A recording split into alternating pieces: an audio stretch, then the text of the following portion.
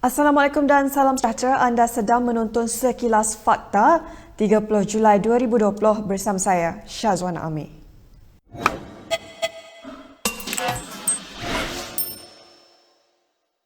Ketua Menteri Sabah Muhammad Shafie Apdal mengumumkan yang di-Pertua Negeri Sabah Johar Mahiruddin berkenan untuk membubarkan Dewan Undangan Negeri bagi membolehkan pilihan raya negeri diadakan.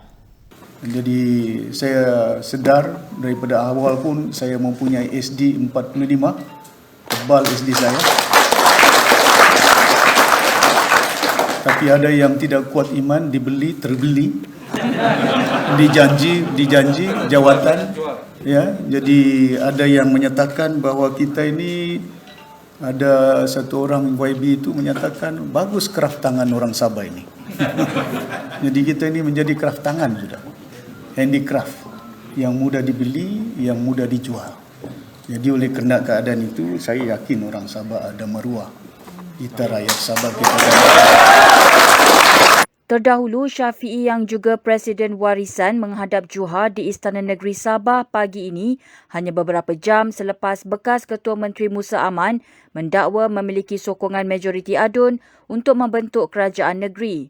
Dalam pada itu, Shafie mengatakan beliau masih merupakan penjaga pentadbiran negeri dalam tempoh 60 hari iaitu tempoh pilihan raya baru perlu diadakan. Sementara itu, rombongan Musa Aman dihalang masuk ke Istana Negeri melalui pintu utama kira-kira jam 3.50 petang tadi. Ini berlaku di tengah-tengah rancangan oleh Adun Sungai Sibuga itu untuk meyakinkan Tuan Yang di-Pertua Negeri agar tidak membubarkan Dewan. Terdahulu, bekas Ketua Menteri Sabah itu menegaskan mempunyai sokongan majoriti iaitu sokongan 33 daripada 65 adun Sabah dan layak dilantik menjadi Ketua Menteri menggantikan Shafie Apdal. Musa juga berkata yang di-Pertua Negeri Johar Mahiruddin mempunyai tanggungjawab untuk mempertimbangkan sama ada beliau mempunyai majoriti atau tidak. Justru, kata Musa, pihaknya akan meminta peguam meneliti perkara itu dan kemungkinan membuat rayuan kepada Yang di-Pertua Negeri. Presiden UMNO Ahmad Zahid Hamidi hari ini mengumumkan parti tidak akan menyertai Perikatan Nasional secara rasmi. UMNO sebaliknya akan terus memperkasakan Muafakat Nasional bersama-sama dengan PAS dan parti komponen BN yang lain. Sokongan kepada Kerajaan Perikatan Nasional hanya berlandaskan kepada sokongan ahli-ahli Parlimen UMNO dan BN serta sokongan adun-adun dalam pembentukan kerajaan pusat dan di beberapa buah negeri. Pengumuman Zahid hari ini sekaligus menutup ramalan sebelum ini bahawa PN yang kini diketuai oleh Perdana Menteri Muhyiddin Yassin akan didaftarkan sebagai gabungan politik yang rasmi sebelum menghadapi PRU ke-15. Ketika ditanya apakah keputusan tidak menyertai PN secara rasmi merupakan langkah awal menghadapi PRU ke-15, Zahid membalas ia lebih kepada langkah yang diambil selepas mengambil pertimbangan semasak-masaknya. Sementara itu, dalam sidang media sama, Zahid juga mengesahkan bahawa Presiden Bersatu Muhyiddin Yassin telah menyatakan hasrat parti itu untuk menyertai Muafakat Nasional. Keputusan itu dikatakan dicapai hasil daripada pertemuan semalam membabitkan anggota Parlimen UMNO dan PAS dengan Presiden Bersatu Muhyiddin Yassin susulan keputusan mahkamah terhadap bekas Perdana Menteri Najib Razak. Difahamkan keputusan Mahkamah Tinggi Kuala Lumpur pada Selasa lalu menimbulkan rasa jengkel di kalangan akar umbi UMNO. Ini diikuti dengan seruan agar UMNO mempertimbangkan semula kerjasama dengan Bersatu di bawah PN.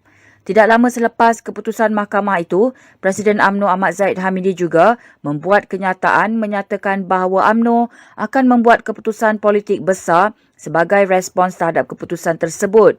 Bagaimanapun menurut sumber, langkah Bersatu bergabung dengan Muafakat Nasional tidak akan mempengaruhi kedudukan PN sebagai sebuah gabungan politik yang longgar. Hanya rakyat yang akan mampu menewaskan rampasan kuasa jahat terhadap kerajaan Sabah kata Majlis Presiden PH dalam satu kenyataan. Kenyataan itu ditandatangani Presiden PKR Anwar Ibrahim, Presiden Amanah Muhammad Sabu dan Setiausaha Agung DAP Lim Guang Eng. Dalam kenyataan itu, PH menyuarakan sokongan penuh terhadap Presiden Warisan Shafie Apdal dalam menentang apa yang disifatkan sebagai cubaan jahat, tidak demokratik dan tidak bermoral untuk menjatuhkan kerajaan negeri. PH juga mendakwa rampasan kuasa yang cuba dilakukan oleh Musa Aman, Perdana Menteri Muhyiddin Yassin dan Menteri Dalam Negeri Hamzah Zainuddin turut menawarkan wang 32 juta ringgit bersekali dengan tawaran jawatan timbalan Ketua Menteri. Sementara itu, DAP dan PKR telah memecat 2 ahli Dewan Undangan Negeri dari kedua-dua parti itu berikutan krisis politik di Sabah. Adun Tanjung Aru dari DAP, Roni Loh E. Eng dan Adun Inanam dari PKR, Kenny Chua Tek Ho telah dipecat dari parti masing-masing kerana menyatakan sokongan kepada Musa Aman. Kementerian Kesihatan mengumumkan 8 lagi kes baru, ini menjadikan jumlah kumulatif sebanyak 8,964 kes.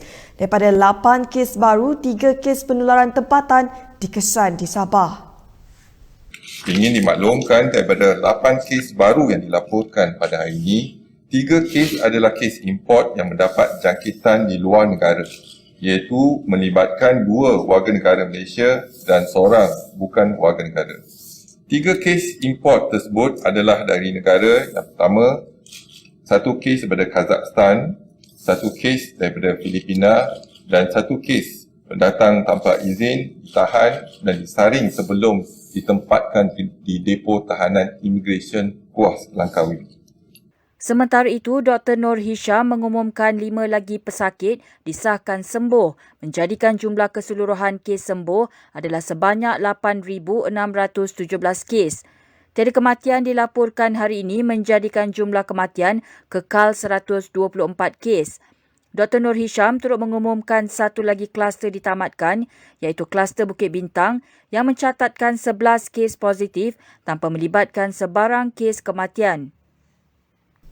Baiklah, sekian sahaja daripada saya, Syazwana Amir untuk Sekilas Fakta. Untuk lebih banyak berita, anda boleh melayari kinitv.com. Anda juga boleh mengikuti kami di Instagram, Twitter, YouTube dan Facebook. Salam hormat, jumpa lagi dan salam Aidil Adha daripada kami.